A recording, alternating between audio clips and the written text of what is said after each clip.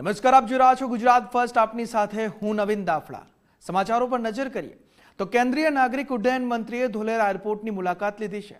Dholera greenfield હવાઈ મથક દેશનું સૌથી મોટું કાર્ગો ટર્મિનલ બનશે. ધોલેરા ગ્રીનફિલ્ડ હવાઈ મથક દેશનું સૌથી મોટું કાર્ગો ટર્મિનલ બનવાનું છે. દેશના મોટા ઇન્ટરનેશનલ એરપોર્ટની કામગીરી ઝડપથી ચાલુ છે.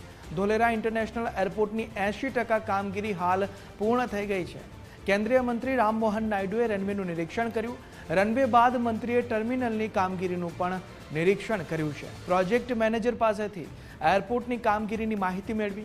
ખૂબ જ ઓછા સમયમાં એરપોર્ટ ચાલુ કરી દેવાશે તેવું નિવેદન પણ કેન્દ્રીય મંત્રીએ કર્યું છે. એરપોર્ટ માટે જરૂરી તમામ મંજૂરીઓ વહેલી તકે આપી દેવાશે.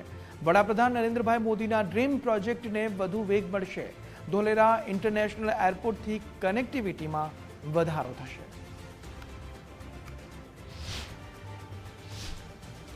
इसके लिए जिस तरह का इन्वॉल्वमेंट सेंट्रल गवर्नमेंट और हमारे स्टेट गवर्नमेंट दोनों मिलकर जो कर रहे हैं, ये एकदम एक यूनिक प्रोजेक्ट हमारे देश में भी रहेगा.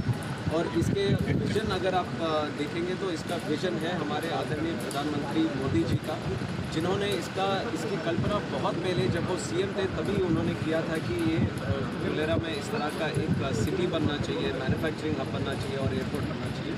उसको आगे बढ़ाते हुए airport authority of India, state government of Gujarat और निकलेट जो DPIIT का एक हिस्सा है, तो उन सब ने मिलकर एक JV बनाया और यहाँ पे एक एयरपोर्ट बनाने का काम उन्होंने शुरू किया.